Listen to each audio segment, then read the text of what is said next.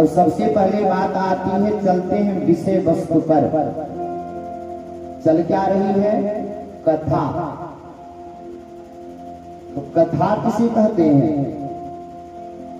कथा शब्द में कितने अक्षर हैं? दो अक्षर है ना, क और था। देखने में तो दो अक्षर हैं, पर यह दोनों अपने में स्वतंत्र रूप से पूर्ण एक शब्द हैं। अगर एक अक्षरी शब्दकोश उठा करके देखा जाए तो क का अर्थ कम जलम, जल के अर्थ में कम सुखम, कम ब्रह्मा, परमात्मा का वाचक है। कहते हैं कि सुखे स्थापयत इति कथा। कह रहे हैं कि दुख के गत भी गिरा हुआ और अनेक प्रकार से व्यक्ति त्रस्त हो रहा है, दुख में संतप्त है और सुख की खोज कर रहा है कि सुख मुझे कहां पर प्राप्त हो जाए। तो कह रहे हैं कि दुख के गर्त से निकाल करके और सुख में के सागर में जो स्थापित कर दे, कि सुखे स्थापयति इति निगदिता कथा हरति जीवस्य माया कृतांतर व्यथा।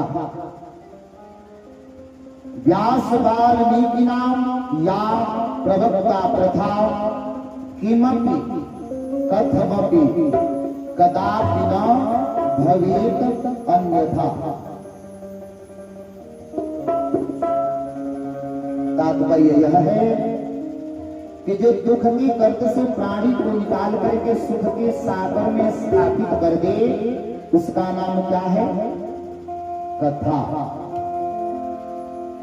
जीव के अंतःकरण में माया पूर्ण रूप से बैठी हुई है। अनेक अनेक व्यथाओं के समूह को लेकर के हम घूम रहे हैं।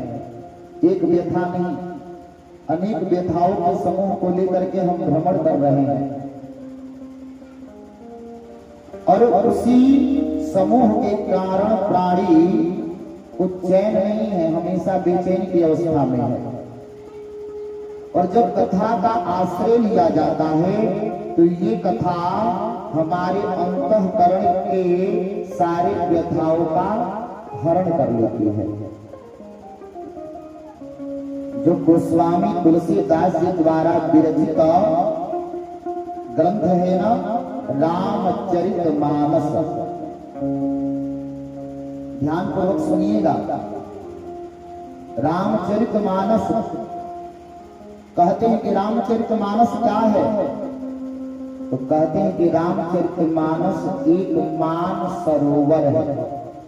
सरोवर मतलब शुद्ध जानने के शब्द में पोखरा, और पोखरा बनाया जाता है तो चौकोर होता है ना, उसके कितने घाट होते हैं? 4 घाट होते हैं ना चारों तरफ से। तो कह रहे कि रामचरित रूपी मान सरोवर के भी 4 घाट हैं। पहला घाट है कर्मकांड घाट, दूसरा ज्ञान कांड घाट,